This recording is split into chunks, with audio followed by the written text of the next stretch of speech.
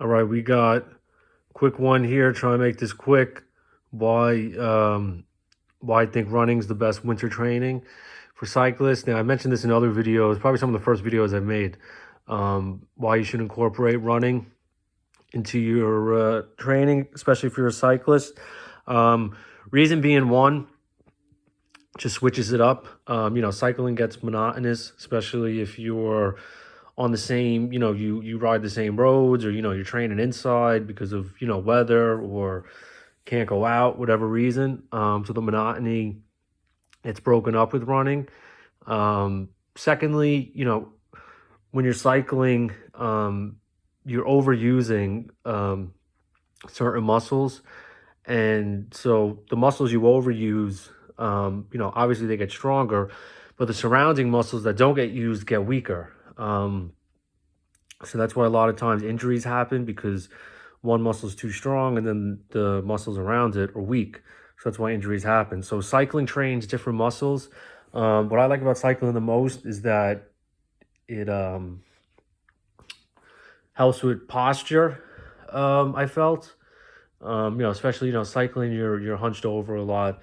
Um, if I zoom in on the shoes here, but yeah, so being hunched over so much with cycling, running, because you have to run upright, stay 90 degrees with your arms, you know, breathing through your stomach, all that kind of helps with posture.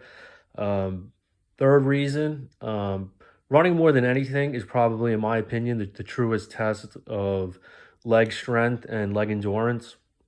Now, a lot of people can cycle for an hour with no problem, but can't run more than 10 minutes because their legs, your legs can't take it.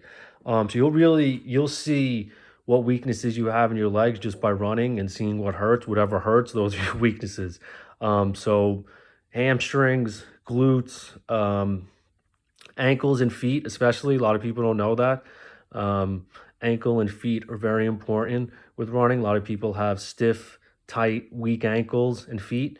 So getting a tennis ball right there and just doing a bunch of exercises, working it out, will help. Also, training in a flat shoe helps, especially when you're lifting. A lot of the modern shoes are terrible to train in.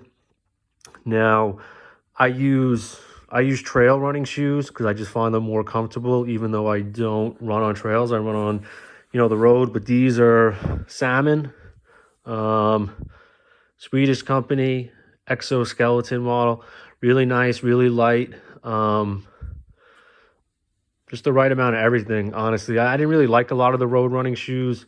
Um, yeah, I don't know. I just kind of snagged these, and trail running shoes, again, if you have to run, you got to run off trail, you'll be all right, obviously. But they're good on the road too. I really like them. I've had these for a little over a year, 15, 16 months. Good, really solid shoe. Really like these. Um, but yeah, definitely just try running out. Go slow. If you're a cyclist, add it in once a week. And I'm telling you, you're going to see some big improvements. I usually like to do so.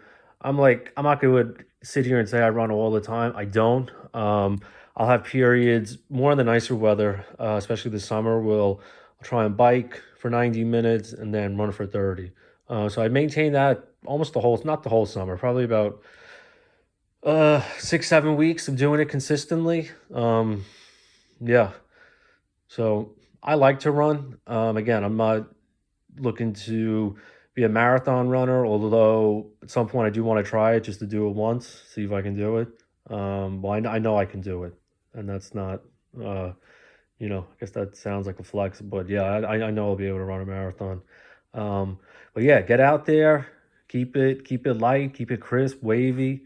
I try not to go over 30 minutes, honestly. Try and stay in that sweet spot, like the 5K sweet spot. Um, you know, 3.5 miles. Sometimes I'll go for longer ones. Like I've the most I've done by myself, I've done like 13, a little over 13. I was just bored one day during the beginning of the pandemic, and I'm like, you know what? Let's see what we can do. Yeah, and it did 13, honestly. But that was good to see what, again, using that run to see where my weaknesses are. And I spent a lot of time trying to correct the weaknesses. And this summer when I was doing a decent amount of running, my legs felt good, no pain. Just soreness from just doing it every day. But biggest thing, like I said, ankle foot mobility, improve that. Have strong hamstrings. You can't have tight hamstrings. Strong lower back, especially core. Arms, chest, shoulders. I do a lot of band work for my upper body. I don't use too much weight. I do mostly just push-ups, pull-ups, and stuff with bands.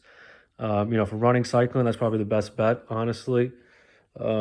Just got to keep that area strong, for both. So that's what we got. All right. I know it's been almost 6 minutes of me yabbering on, staring at my shoes, but you know, it's Uncle Shredneck, man. You don't know what you're gonna get. All right. All right. Peace. Be safe.